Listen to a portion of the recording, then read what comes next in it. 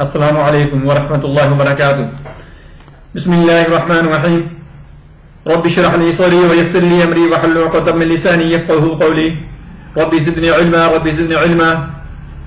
دوستو میں آج آپ کو حمل کی حفاظت کے لیے وظیفہ بتاؤں گا جو بہت ہی آسان اور بہت ہی اچھا ہے اور اس کے 100% رزلٹ ہیں.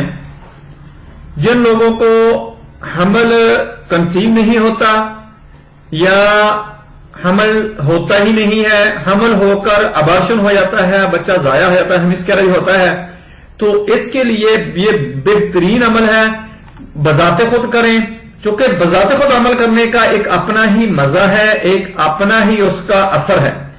دوستو آپ نے ایسے کرنا ہے کہ اجوائن 1 پاؤ لے لینی ہے، دیسی اجوائن، اور اس کے ساتھ سیاہ مرچ آپ نے 1 پاؤ لینی ہے.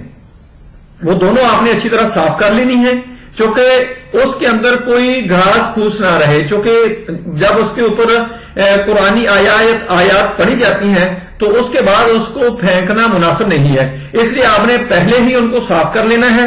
صاف کرنے کے بعد آپ نے سوموار کے دن، پیر کے دن، منڈے کے دن آپ نے زوال آفتاب کے بعد یعنی دوپہر کے بعد ظہر کے وقت لگا لیں کہ ظہر کی نماز پڑھنی ہے. آپ نے ظہر کی نماز پڑھ کر آپ نے 2 نفل پڑھنی ہے. 2 نفل پڑھ کر آپ نے قبلہ رخ ہو کر بیٹھ جانا ہے. وہاں پر آپ نے اول آخر 7 دفعہ درود ابراہیم یعنی جو نماز کے اندر ہم درود پاک پڑھتے ہیں وہ آپ نے پڑھنا ہے. اور اس کے درمیان آپ نے 40 مرتبہ سورۃ الشمس، وہ میں آپ کو ایک علیحدہ تلاوت کر کے رکھ دوں گا.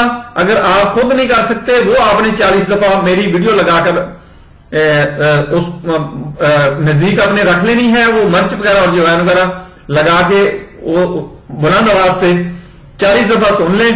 پھر اس کے بعد وہ مریض کو آپ نے 1 چٹکی اجوائن کی اور 1 سیاہ مرچ. صبح نماز فجر کے بعد یا رحمان 1 تسبیح آپ نے کرنی ہے، یعنی 100 مرتبہ کر کے آپ نے وہ بسم اللہ کر کے اس مریض کو کھلا دینی ہے. وہ انشاءاللہ کنسیو بھی ہو جائے گا. انشاءاللہ وہ جو پریگننسی ہوگی وہ بھی انشاءاللہ میچور ہوگی. اللہ خیر کرے گا. دوستو میری ویڈیو پسند آئے اس کو لائک کریں، دوستوں رشتہ داروں میں شیئر ضرور کر دیا کریں تاکہ کسی کے کام آ جائے، کسی کی حاجت، کسی کی مشکل، کسی کا کوئی تنازع، کوئی مسئلہ اس سے حل ہو جائے تو یہ صدقہ جاریہ ہے. میرے چینل کو سبسکرائب کریں. اپنا خیال رکھیں. اللہ حافظ. السلام علیکم.